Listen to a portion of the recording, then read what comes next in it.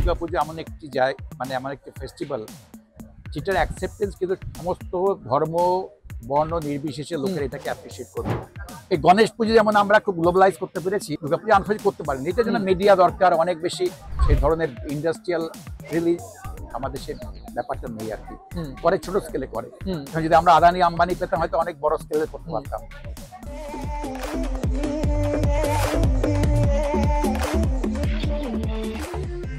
তো welcome to dean Bangla. তো আমাদের সঙ্গে আছেন গৌতম স্যার, উনি আইসিসিআর এর ফর্মার রিজিনাল ডাইরেক্টর। তো উনি দুর্গাপুজোকে একটা স্পেশাল ওয়েতে প্রেজেন্ট করেছেন এবং গ্লোবালি যতটা আমরা দেখছি দুর্গাপুজো অ্যাকসেপ্টেড হচ্ছে, ওটার পেছনে ওনার বড় হাত আছে। তো স্যার আপনি যেটা বললেন ওটা তো আমরা অলরেডি শুট করেছি।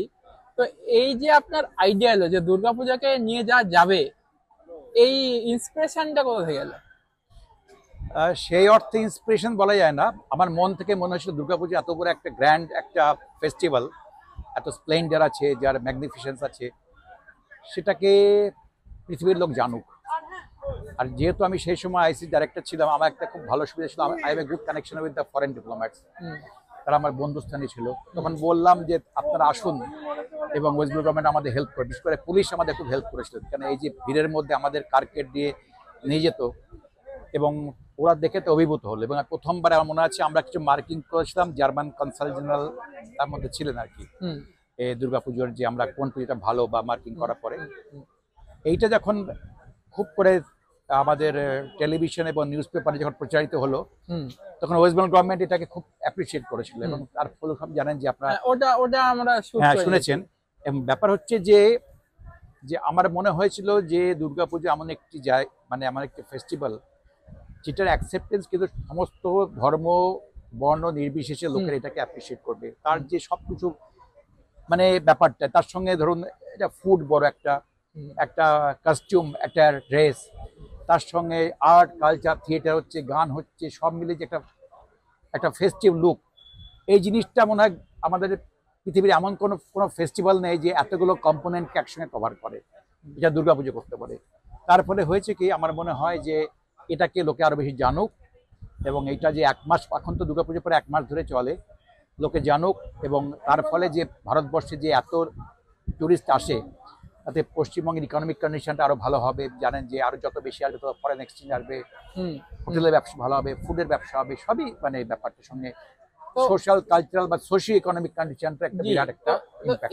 এইটা বেসিক্যালি আপনি রিপ্রেজেন্ট করছেন অ্যাজ কালচারাল ট্যুরিজম, বাট এটার একটা রিলিজিয়াস অ্যাসপেক্টও আছে, রিলিজিয়াস ট্যুরিজমও হতে পারে। বাট আমার যেটা মনে হয় সব ক্ষেত্রে রিলিজিয়াস ট্যুরিজম বা কালচারাল সেন্টার আমরা দেখি একটা স্ট্যাটিক ফোকাল পয়েন্ট হয়।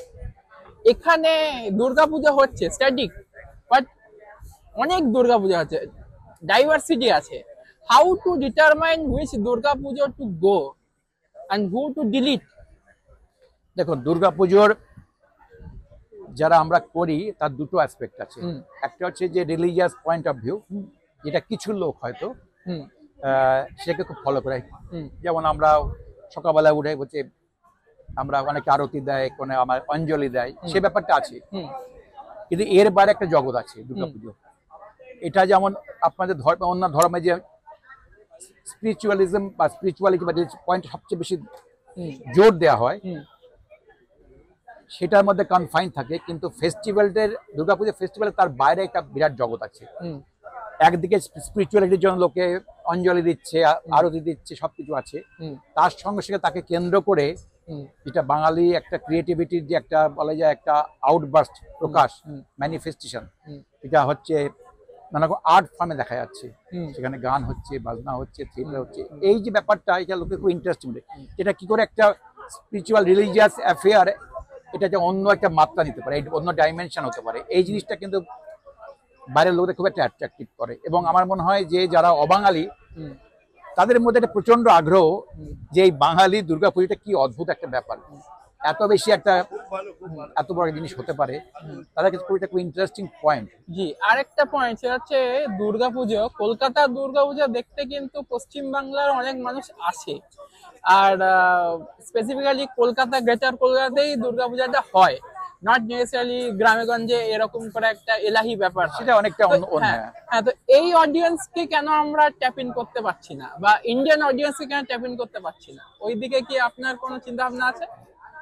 এই গণেশ পুজো যেমন আমরা খুব গ্লোবালাইজ করতে পেরেছি, হুম। হ্যাঁ 2 মিনিট, হুম মানে অনেক বেশি করতে পেরেছি, দুর্গাপুজো আনফর্চুনেটলি করতে পারেনি। এটার জন্য মিডিয়া দরকার অনেক বেশি, কারণ বেঙ্গলে যে যারা প্যাট্রোনাইজ করবে সেই ধরনের ইন্ডাস্ট্রিয়াল রিলি আমাদের সে ব্যাপারটা নেই আর কি, হুম করে ছোট স্কেলে করে। হুম এখন যদি আমরা আদানি আম্বানি পেতাম হয়তো অনেক বড় স্কেলে করতে পারতাম।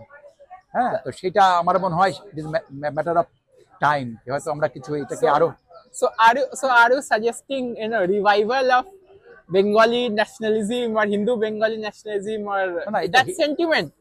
হিন্দুটা, এটা হচ্ছে আমরা চাচ্ছি এটাকে আরো বেশি লোকে জানুক, এর মধ্যে যে বিউটি, এর মধ্যে যে একটা সৌন্দর্য আছে, তার জি, গন্ধ আছে। কিন্তু কিন্তু আপনি যে মার্কেটের কথা বলছেন, মার্কেট দরকার, পয়সা ছাড়া তো দুনিয়াতে, হ্যাঁ, কিন্তু যে মার্কেটের কথা আপনি বলছেন, জানেন সারা পৃথিবীতে জি, তো পয়সা ছাড়া কিছু হয় না। জি, এটা তো এটা এই ঘটনা। আপনি যে মার্কেটের কথা বলছেন, এই মার্কেটে একটা সোশিওলজি আছে, হিন্দু হিন্দুস্তান, এই মার্কেট আছে।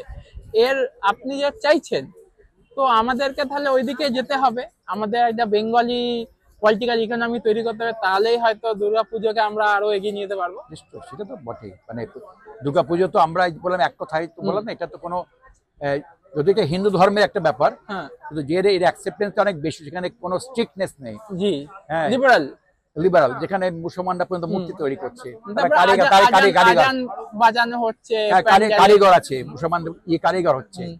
তো এই ব্যাপারটা এখানে ধর্মটা অনেকটাই মানে একাকার হয়ে গেছে, সমস্ত ধর্ম এথনিক হয়ে যাচ্ছে, এবং এটা একটা ইউনিভার্সাল ইউ ক্যান বলতে পারে রিলিজিয়ান। ঠিক আছে, থ্যাংক ইউ স্যার। তো আপনারা দেখছেন Deen Bangla, please like, share and subscribe. আমাদের ডিন ট্যাপে আপনি যেতে পারেন, ওখানে ফ্রি অফ কস্ট ডেটা পাবেন, যা ফেসবুক টুইটারে আপনি পাবেন না। ওখান থেকে ডেটা পেতে গেলে আপনাকে পেমেন্ট করতে হবে। আমাদের সাবস্ক্রাইব করবেন, লাইক করবেন, শেয়ার করবেন, আমাদের ডিন ট্যাপ ডাউনলোড করবেন। ডিনটের full form, democratise your nation today, আমাদের tagline, awaken one human at a time. Thanks for watching.